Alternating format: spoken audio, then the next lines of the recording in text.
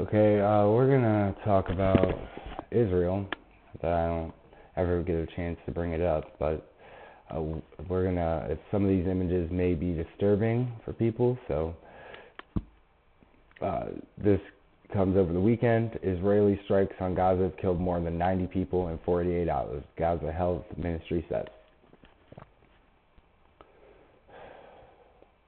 Israeli strikes in Gaza have killed more than 90 people in 48 hours, Gaza's health ministry said. Saturday, as Israeli troops ramped up attacks to pressure Hamas to release its hostages and disarm. The dead include 15 people who were killed overnight, among them women and children, some of whom were sheltering in a designated humanitarian zone, according to hospital staff. At least 11 people were killed in the southern city of Khan Yunis, several of them in a tent in the area where hundreds of thousands of displaced people are living, the hospital workers said. Israel has designated it as a humanitarian zone. 4 other people were killed in separate strikes in Rafah City, including a mother and her daughter, according to the European hospital where the bodies were brought. Wanting destruction, death. That's what they want. This is what they want. They tell them to go to the zones, the humanitarian zones, the no bomb zones, and then they send bombs. The Israelis, the Israeli government committing this genocide, they're just evil. And this is just the proof in the pudding. Benjamin Netanyahu issued a statement on Saturday as these killings were happening. Hamas had rejected a proposal that could have led to the release of half the hostages alive and the return of many of the dead. Many of the dead hostages. Now, why are the hostages dead? Sure, you could say Hamas may have killed some. I could believe it, even though it wouldn't really make much sense to kill a hostage if you're trying to use them as a bargaining chip. No. Most of the hostages have been killed by Israeli strikes. They don't care about their own hostages.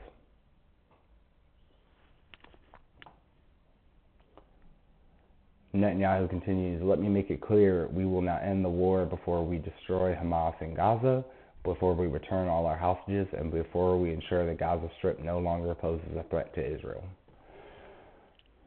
At this point, I'm sorry to say that Gaza Strip will always pose a threat to Israel. After you have killed tens of thousands, I've read reports of over 100,000 people, you pretty much made an enemy of the whole country, probably for generations. So, at least I'm sure in their mind, the only way to stop the threat is a complete genocide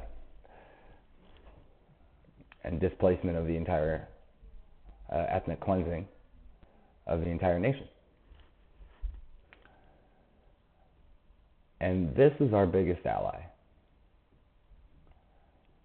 So much of our money, we'll cover a story sometime this week about our completely inflated defense budget and how it just keeps continuing to rise.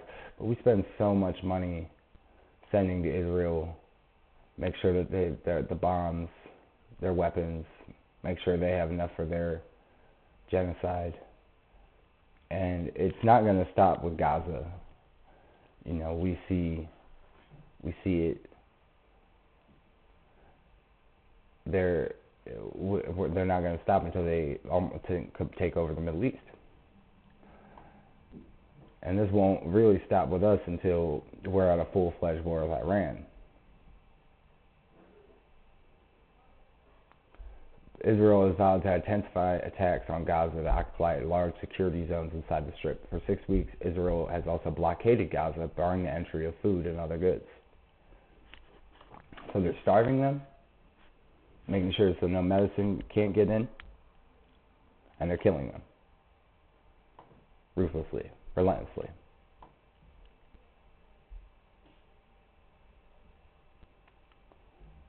This week, aid groups raised the alarm, saying that thousands of children become malnourished, and most people are barely eating one meal a day as stocks dwindle, according to the United Nations.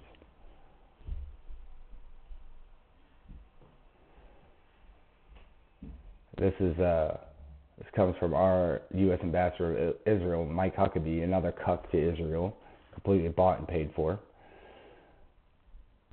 He would have influence to lift Gaza blockade so the medicines and other aid food could enter the Strip, but he chooses not to. And he would never go and see the situation firsthand. They don't want to see it. They know what's going on there. I refuse to believe that these people are so ignorant as to not know what's going on. Not the people in power. With the media spin, and I could see how the normal everyday person could be tricked. But even that is falling away. You see so many people finally waking up to what Israel is doing over in Gaza. You can't have a genocide going on for a year and a half, and racking up bodies by the tens of thousands, and people not, and a lot of them women and children, and people not notice and understand the atrocities that are happening. People are finally starting to wake up, and we don't want our money. Don't ever let them say that they can't afford healthcare, they can't afford college, because they can afford to send bombs to Israel. They can afford for our money to go to kill children, but not keep our own healthy. Don't ever let that be said.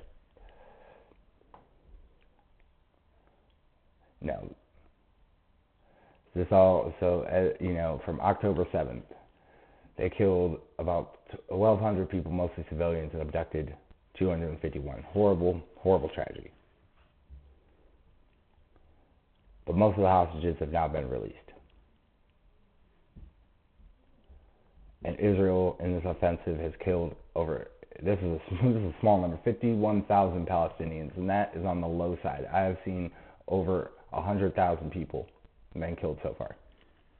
And we will not see the actual number of this until this genocide is either complete or it's in the history books, because we aren't going to realize the exact toll of this destruction from direct deaths and indirect deaths, from the lack of medicine, the lack of food, and then the displacement. Because this war, it says the war has destroyed vast parts of Gaza, most of its food production capabilities, and around 90% of the population is displaced, with hundreds of thousands of people living in tent camps and bombed out buildings. A complete humanitarian disaster. And we sit here and we would always claim that Israel is the most moral land. Let me tell you, we are copulate, we are in bed with these people. This is our responsibility. This is our cross to bear, because we have caused this death and destruction. This blood is on our hands. We could end this at any day. We tell them to stop. We tell them no more guns, no more weapons, and we'll sanction you to high hell unless you stop this genocide right now. And if we stood up, then the rest of the world would stand up. But no, we're in bed with these people, so we're never going to stand up. It's embarrassing. It's embarrassment.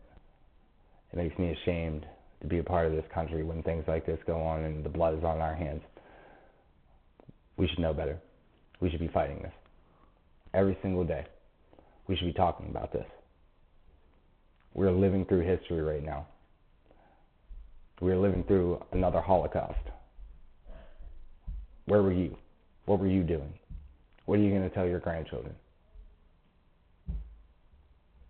History will see itself when we're on the other side of this. Where are you going to be? Where will you stand? It's important to think about these things.